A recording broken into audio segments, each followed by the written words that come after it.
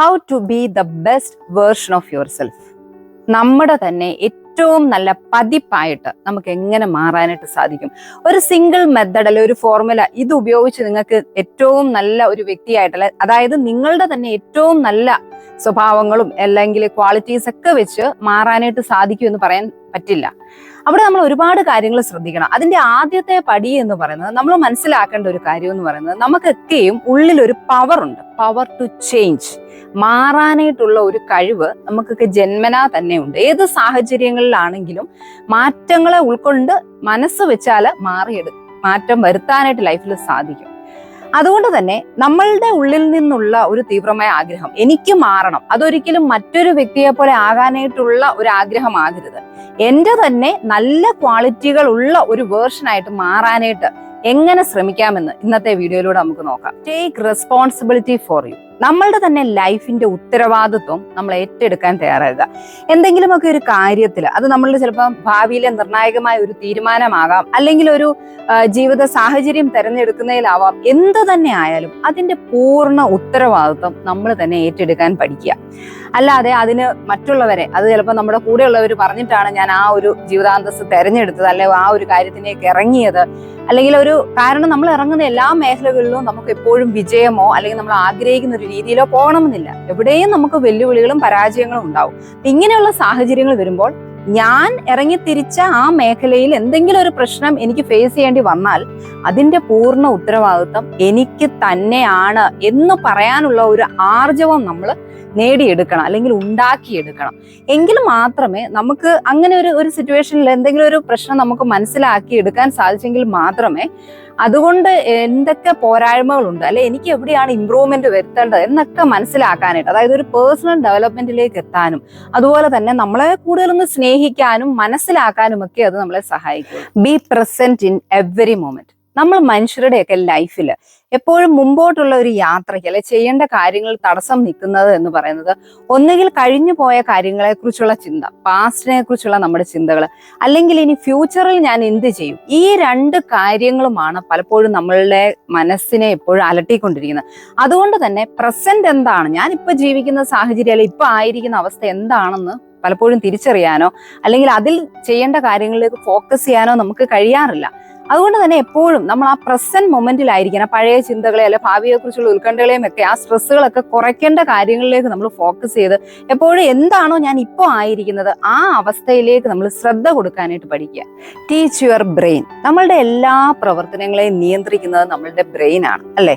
പക്ഷെ പലപ്പോഴും ഈ ബ്രെയിനിൽ എപ്പോഴും കടന്നു വരുന്നത് നെഗറ്റീവ് ചിന്തകളായിരിക്കും. അതുകൊണ്ട് തന്നെ നമുക്ക് എന്താണ് ചെയ്യേണ്ടതെന്നോ അല്ലെ ആ ചെയ്യുന്ന കാര്യത്തിൽ ഫോക്കസ് ചെയ്യാനോ സാധിക്കാറില്ല.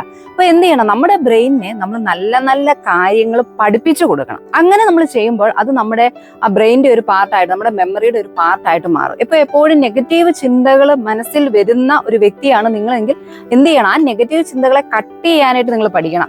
ആ ചിന്തകൾ എപ്പോൾ മനസ്സിൽ വരുന്നു അപ്പോൾ തന്നെ ഞാൻ എപ്പോഴും പറയുന്നതാണ്, അവിടെ അത് കട്ട് ചെയ്തിട്ട് നേരെ അതിന്റെ ഓപ്പോസിറ്റ് പോസിറ്റീവ് ആയിട്ടുള്ള കാര്യങ്ങൾ പറയുക. അല്ലെങ്കിൽ നമുക്ക് ചെയ്യാനുള്ള കാര്യങ്ങളിലേക്കൊക്കെ ഇറങ്ങി തിരിക്കുമ്പോൾ എപ്പോഴും ഓരോരോ ബുദ്ധിമുട്ടുകളും പ്രയാസങ്ങളും ഒക്കെ കടന്നു വരുമ്പോൾ മടുപ്പ് തോന്നും, അല്ലെങ്കിൽ നിർത്തിക്കളയാം എന്നുള്ളൊരു ചിന്ത വരും. അപ്പൊ നമ്മൾ നമ്മളെ തന്നെ എപ്പോഴും മോട്ടിവേറ്റ് ചെയ്യുന്ന രീതിയിൽ എന്നെ കൊണ്ട് പറ്റും, അല്ലെ ഞാൻ ഇതിൽ വിജയിക്കും, ഇറങ്ങി തിരിച്ചതാണെങ്കിൽ ഞാൻ എങ്ങനെയും ഇതിൽ ജയിച്ചേ പിന്മാറൂ എന്നുള്ള ഒരു രീതിയിൽ നമ്മളോട് തന്നെ പോസിറ്റീവായിട്ട് മോട്ടിവേഷൻ, സെൽഫ് മോട്ടിവേഷൻ കൊടുക്കാനായിട്ട് നമ്മൾ പഠിക്കാം. അല്ലെങ്കിൽ നിങ്ങൾക്ക് ചിലപ്പോൾ ചില പാട്ടുകൾ കേൾക്കുമ്പോൾ, നല്ല അർത്ഥവത്തായ പാട്ടുകൾ കേൾക്കുമ്പോൾ നിങ്ങൾക്ക് നല്ല ഒരു എനർജി തോന്നുന്നുണ്ട്, എനിക്ക് മുമ്പോട്ട് പോകണമെന്നുള്ള ആഗ്രഹം, അല്ലെങ്കിൽ ചില പോസിറ്റീവ് ആയിട്ടുള്ള മോട്ടിവേഷണൽ കോട്ട്സ്, ചില വാക്കുകൾ ആരെങ്കിലും പറഞ്ഞതുണ്ടെങ്കിൽ ഇതൊക്കെയും നമുക്ക് കൂടുതൽ ഊർജം പകരുന്ന കാര്യങ്ങളാണ്, അല്ലെ? നമ്മളെ കൂടുതൽ മുമ്പോട്ട് പോകാനും നല്ല ഒരു വ്യക്തിയായിട്ട് മാറാനും ഊർജം പകരുന്ന ഇന്ധനങ്ങളാണ്. അപ്പൊ ഇതിലേക്കൊക്കെ നമ്മൾ ഫോക്കസ് ചെയ്യാനായിട്ട് ശ്രദ്ധിക്കുക. അതോടൊപ്പം തന്നെ ഇടയ്ക്കിടയ്ക്ക് പറയാം, നമുക്ക് എല്ലാ വ്യക്തികൾക്കും എന്തെങ്കിലുമൊക്കെ കാര്യത്തില് പോരായ്മകളെ കുറിച്ചുള്ള ഒരു നെഗറ്റീവായിട്ടുള്ള ഒരു ഇമ്പാക്ട് എപ്പോഴും മനസ്സിൽ കാണും. ചിലപ്പോൾ നമ്മളെ കാണാൻ കൊള്ളില്ല, അല്ലെ എനിക്കൊരു കഴിവില്ലാത്ത വ്യക്തിയാണ്, മറ്റുള്ളവരോട് ഇടപെടാൻ അറിയില്ല, ഇങ്ങനെ ഓരോരോ തരത്തിലുള്ള കുറവുകൾ നമ്മളുടെ മനസ്സിൽ എപ്പോഴും നമ്മളെ അലട്ടിക്കൊണ്ടിരിക്കും. അപ്പൊ അത് ഏതാണെന്ന് നമ്മൾ തിരിച്ചറിയുക. എനിക്ക് എന്താണ് പ്രശ്നമായിട്ട് നിൽക്കുന്നത്, ചിലപ്പോൾ എന്നെ കാണാൻ കൊള്ളില്ല എന്നുള്ളൊരു ചിന്തയാണെങ്കിൽ ഇടയ്ക്കിടയ്ക്ക് നിങ്ങളോട് തന്നെ പറയുക, യെസ് ഐ ആം ബ്യൂട്ടിഫുൾ, ഇടയ്ക്ക് പറയുക. അപ്പൊ നമുക്ക് തന്നെ ഒരു കോൺഫിഡൻസ്, ഒരു സെൽഫ് കോൺഫിഡൻസ് ബൂസ്റ്റ് ചെയ്യാനായിട്ട് അത് സഹായിക്കും.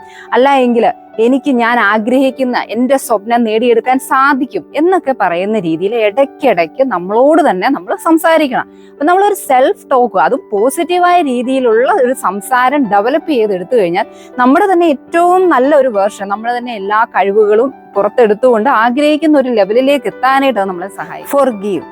നമ്മളൊക്കെ നമ്മുടെ ലൈഫിൽ പാസ്റ്റിനെ കുറിച്ചുള്ള എന്തെങ്കിലുമൊക്കെ കാര്യങ്ങൾ, പ്രത്യേകിച്ച് അവിടെ നമുക്ക് സംഭവിച്ചിട്ടുള്ള എന്തെങ്കിലുമൊക്കെ ഒരു മിസ്റ്റേക്കുകളാവാം, അല്ലെങ്കിൽ മറ്റൊരു വ്യക്തിയുമായിട്ട് നമ്മൾ നടത്തിയിട്ടുള്ള വാക്ക് തർക്കം, അതായത് ആർഗ്യുമെന്റ്സ്, ഇങ്ങനെയുള്ള പല പല കാര്യങ്ങളാണ് എപ്പോഴും നമ്മളെ നമ്മുടെ ലൈഫിന്റെ ബെസ്റ്റ് വേർഷനിലേക്ക് പോകുന്നതിന് തടസ്സമായിട്ട് നിൽക്കുന്നത്. അപ്പൊ നമ്മൾ ഏറ്റവും അത്യാവശ്യമായിട്ട് ജീവിതത്തിൽ പഠിക്കേണ്ട ഒരു പാഠമാണ് മറക്കാനായിട്ട്, ക്ഷമിക്കാൻ തയ്യാറാവുക എന്നുള്ളത്. ഫോർഗീവ്നെസ് എന്ന് പറയുന്നത് വളരെയധികം പ്രാധാന്യമുണ്ട്. അത് സെൽഫ് ഫോർഗീവ്നെസ് ആണെങ്കിലും മറ്റുള്ളവരോടാണെങ്കിലും നമ്മളോട് ദേഷ്യപ്പെട്ടാൽ, നമ്മളെ താഴ്ത്തി കിട്ടിയ നമുക്ക് ക്ഷമിക്കാൻ പറ്റുകയില്ല എന്നൊക്കെ കരുതുന്ന ചില മൊമെന്റുകൾ കാണും ലൈഫിൽ. അവരോടൊക്കെ ക്ഷമിക്കാനായിട്ട് നമ്മൾ തയ്യാറാവുക എന്നുള്ളത് വളരെ ഇമ്പോർട്ടൻ്റ് ആണ്. അതിപ്പോ ഞാൻ നേരത്തെ പറഞ്ഞ പോലെ നമ്മളോട് തന്നെയാണെങ്കിലും ചില സമയത്ത് നമുക്ക് ഒരു ദേഷ്യം അല്ലെങ്കിൽ ഒരു വെറുപ്പുണ്ടായെങ്കിൽ അവിടെ നമ്മൾ ഞാൻ എന്നോട് ക്ഷമിച്ചിരിക്കുന്നു എന്ന് പറയാനായിട്ട് നമ്മൾ പഠിക്കുക. അല്ലെങ്കിൽ നമുക്ക് ആരോടെങ്കിലും നമ്മളുടെ ലൈഫിൽ ഒരുപാട് നമുക്ക് വേദനകൾ സമ്മാനിച്ച വ്യക്തികളാണ്, അവരോടാണെങ്കിലും നമ്മൾ മനസ്സിൽ എനിക്ക് ആരോടും ഒരു വെറുപ്പില്ല, അല്ലെ ആ ഒരു വ്യക്തിയെ നമ്മുടെ മനസ്സിലൊന്ന് ഓർത്തതിന് ശേഷം എനിക്ക് ആ വ്യക്തിയോട് യാതൊരു വിധത്തിലുള്ള വെറുപ്പുമില്ല, ഞാൻ ആ വ്യക്തിയോട് നിരുപാധികം ക്ഷമിച്ചിരിക്കുന്നു എന്ന് നമുക്ക് പറയാൻ കഴിഞ്ഞാൽ അത് നമ്മളുടെ ലൈഫിൽ ഒരുപാട് ചേഞ്ചസ് കൊണ്ടുവരും. ഞാനിത് പറയുമ്പോൾ ചിലർ പറയും എനിക്ക് ഇന്ന ഒരു വ്യക്തി എൻ്റെ മനസ്സിലുണ്ട്, ആ വ്യക്തിയോടുള്ള വൈരാഗ്യം അല്ലെ വിദ്വേഷം ഒരിക്കലും എനിക്ക് ക്ഷമിക്കാൻ സാധിക്കില്ല എന്ന്. നമ്മൾ ഓർക്കേണ്ട ഒരു കാര്യമുണ്ട്, നമ്മൾ ഈ വെറുപ്പും വിദ്വേഷവും ആ വ്യക്തിയോട് മനസ്സിൽ വെച്ചുകൊണ്ടിരുന്നാൽ അവർക്കൊന്നും നഷ്ടപ്പെടാനില്ല, അല്ലെ? ചിലപ്പോൾ അവർ ഓർക്കുന്ന പോലും ഉണ്ടാവില്ല ഇങ്ങനെ ഒരു വ്യക്തിക്ക് എന്നോട് ഭയങ്കര വൈരാഗ്യമുണ്ട്, ദേഷ്യമുണ്ട്.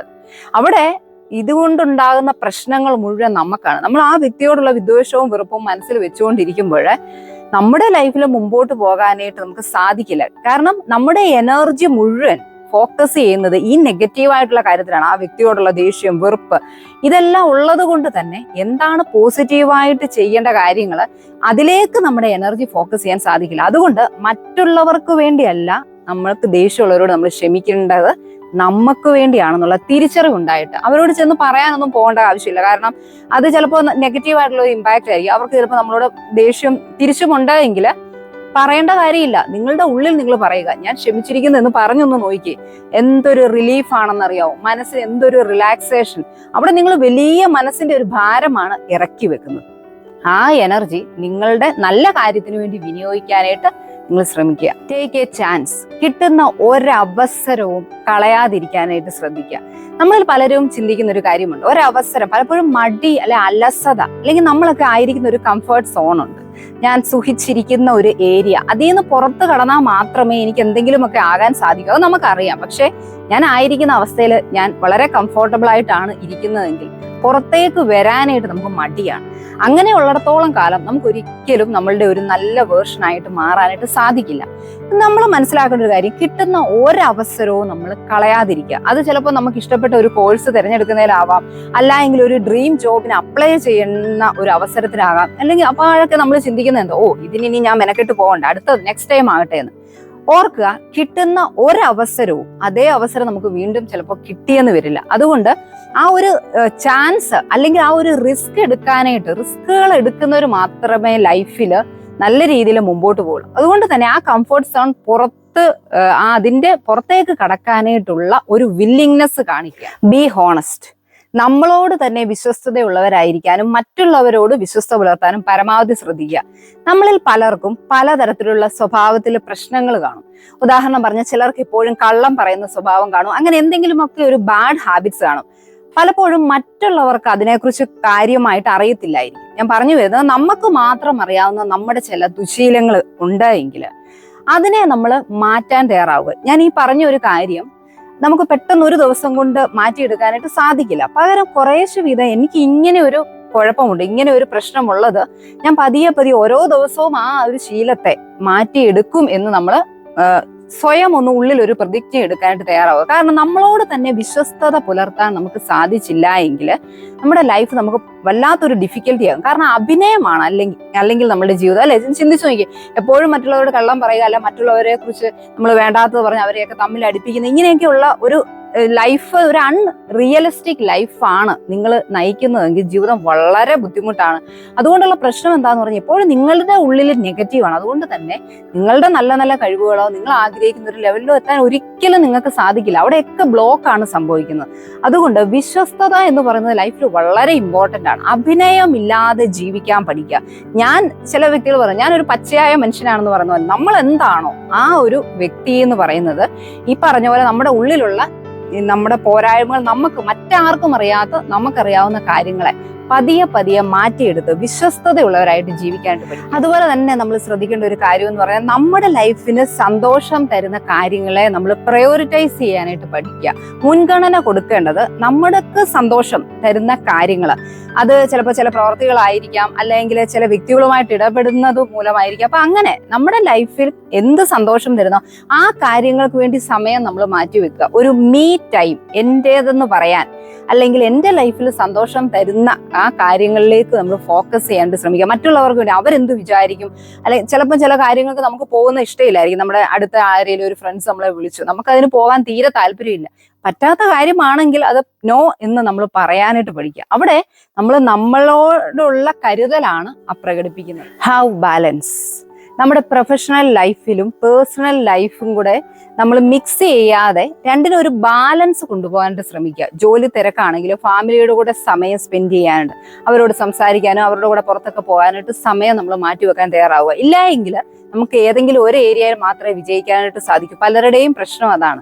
ഏതെങ്കിലും ഒരു ഏരിയയിൽ അവർ സ്ട്രോങ് ആയിരിക്കുമെങ്കിൽ മറ്റേ ഏരിയയിൽ അവർ വീക്കാണ്. അപ്പൊ നമ്മൾ നമ്മളുടെ പ്രൊഫഷൻ ആയാലും പേഴ്സണൽ ലൈഫിലായാലും ഒരുപോലെ കൊണ്ടുപോകാനായിട്ട് രണ്ടിനും പ്രാധാന്യം കൊടുത്തുകൊണ്ട് നമ്മുടെ സമയം നല്ല രീതിയിൽ ഉപയോഗിക്കാനായിട്ട് നമ്മൾ ശ്രമിക്കുമ്പോൾ അത് നമ്മുടെ കുറച്ചും കൂടി ഒന്ന് മെച്ചപ്പെടുത്തി എടുക്കാനായിട്ട് സഹായിക്കും. നമ്മുടെ തന്നെ ബെസ്റ്റ് വേർഷനായിട്ട് നമ്മൾ മാറണമെങ്കിൽ ചെയ്യേണ്ട ഏറ്റവും പ്രധാനപ്പെട്ട കാര്യം എന്ന് പറയുന്നത് മറ്റുള്ളവരുമായിട്ട് നമ്മളെ കമ്പയർ ചെയ്യുന്ന അല്ലെ താരതമ്യപ്പെടുത്തുന്ന സ്വഭാവം ഉണ്ടെങ്കിൽ അത് ഒഴിവാക്കാനായിട്ട് നമ്മൾ ശ്രമിക്കുക എന്നുള്ളതാണ്. നമ്മുടെ ഒരു ബോധപൂർവമായ ഒരു എഫേർട്ട് അതിനാവശ്യമാണ്. കാരണം നമ്മുടെ എല്ലാവരുടെയും ടെൻഡൻസിയാണ് അവരെങ്ങനെയാണ്, ഇത് ജോലിയുടെ കാര്യത്തിലായാലും ലൈഫിന്റെ കാര്യത്തിലായാലും എല്ലാം തന്നെ നമ്മൾ മറ്റുള്ളവരെ എപ്പോഴും കമ്പയർ ചെയ്തുകൊണ്ടിരിക്കുന്നത്. അവരുടെ ജീവിതം ഇങ്ങനെയാണ്, എൻ്റേത് ഇങ്ങനെയാണ്, അല്ലെങ്കിൽ ജോലിയുടെ കാര്യത്തിലാണെങ്കിൽ അവർക്ക് നല്ലതുണ്ട് അല്ലെ, എനിക്ക് മോശമാണ്. അപ്പൊ നമ്മൾ ഈ ഒരു ആറ്റിറ്റ്യൂഡ് വെച്ചുകൊണ്ടിരുന്നാൽ എപ്പോഴും അവരിലേക്കാണ് ഫോക്കസ് ചെയ്യുന്നത്. എനിക്ക് അവരെ പോലെ ആകണം.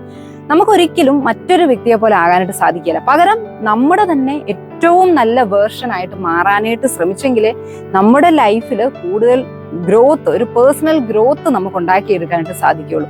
അതോടൊപ്പം നമ്മൾ ചെയ്യേണ്ട ഏറ്റവും പ്രധാനപ്പെട്ട കാര്യം എന്ന് പറയുന്നത് സേ യെസ് ടു ലൈഫ്. നമ്മൾക്ക് ജീവിതം എപ്പോഴും ബുദ്ധിമുട്ടുകളും വെല്ലുവിളികളും പ്രയാസങ്ങളും എന്ന് പറയുമ്പോൾ ഞാൻ ലൈഫ് മടുത്തു, അല്ലെങ്കിൽ എന്നെ കൊണ്ടൊന്നും സാധിക്കില്ല എന്നുള്ള ഒരു പല്ലവി എപ്പോഴും മനസ്സിൽ വരും.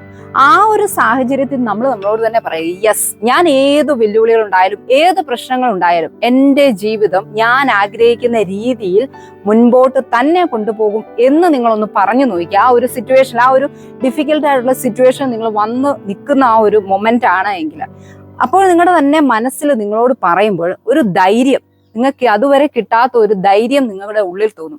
മറ്റുള്ള ഒരു വ്യക്തികളിൽ നിന്ന് ഒരു മോട്ടിവേഷൻ കിട്ടുന്നതിൽ എപ്പോഴും നൽകുന്നത് ഒരു സെൽഫ് മോട്ടിവേഷൻ. അത് നമ്മൾ എപ്പോഴും നമ്മളോട് പറയണം. കാരണം ജീവിതം എന്ന് പറയുന്നത് എപ്പോഴും നേർ വഴിയിൽ കൂടെ മാത്രം വളരെ സ്മൂത്ത് ആയിട്ട് പോകുന്ന ഒന്നല്ല. ഒരുപാട് പ്രശ്നങ്ങൾ വരുമ്പോൾ നമ്മളൊക്കെ വീണ് പോകാറുണ്ട്.